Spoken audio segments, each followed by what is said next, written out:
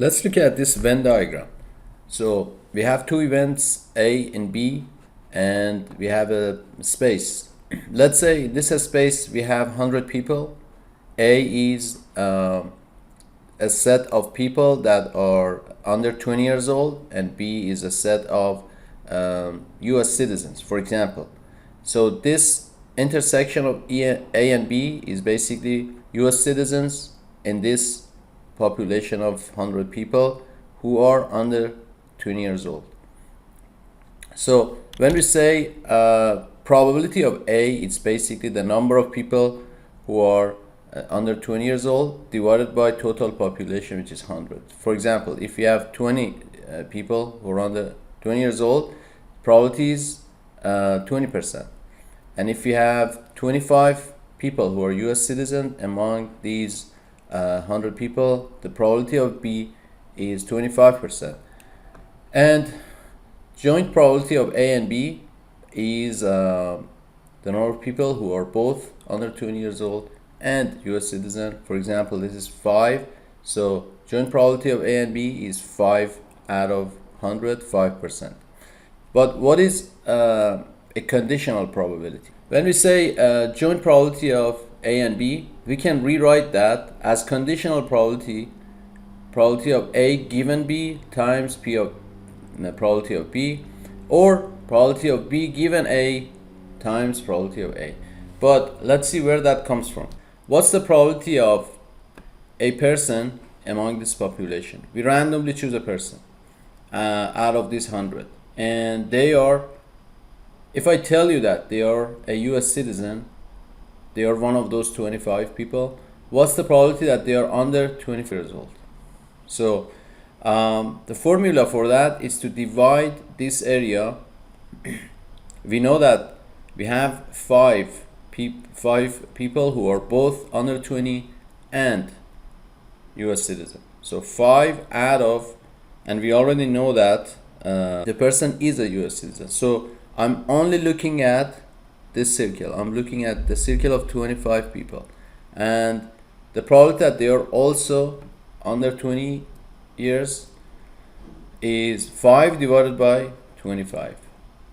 So how about if I tell you that they are under 20 years old, probability of, what's the probability that they are a US citizen? Probability of B given that the person is under 20 years old. Then I divide the intersection by A. So what's given becomes my newest space. This is my newest space. Previously, when I asked you what's probability of A, you would divide A by this total space. But now when I say given A, so your space is reduced to this A. Now, what is the probability of B?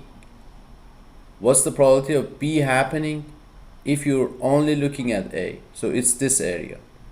So that area divided by all of this, because we are told that the person is already 20 years old, younger than 20 years old. So I'm only looking at this, at these 20 people. And out of those, 5 are also both under 20 and US citizens. So 5 divided by 20. So basically I'm dividing this by B here. This is B. This is intersection of A and B. And here I'm dividing intersection of A and B by A this time. So now that we know conditional probability and why we write it like this, here I can multiply each side by P of B, and this will cancel out, and this part becomes P of A given B times P of B. I can rewrite this formula like this or this. Now, what if I don't have joint probability of A and B?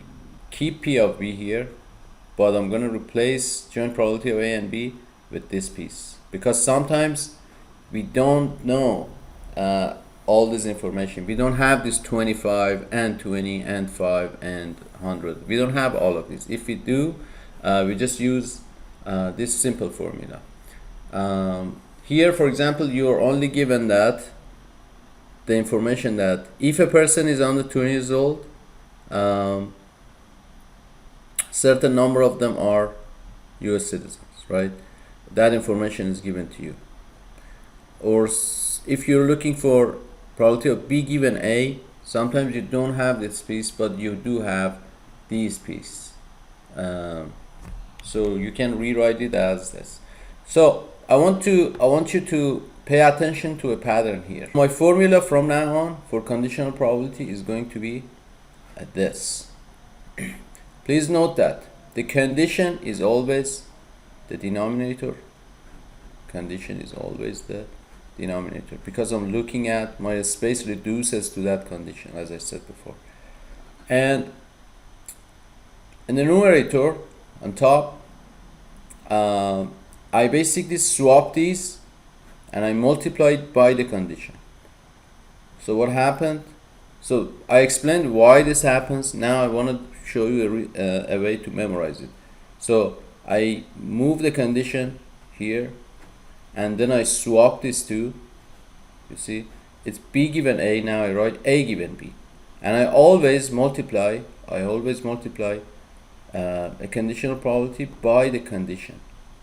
So this times probability of B. These are both B. I'm going to rewrite this probability of A given B. So swap these, and then the condition is A, and multiply it by P of A, and B is here. Now if I ask you in this formula, X and Y, we don't even know what they are. Here, what should I put here? It's Y, because the condition comes here. And as you can see, these two swap, and this is always the same as the condition. How about this? What should I put here? The condition goes here, that's correct.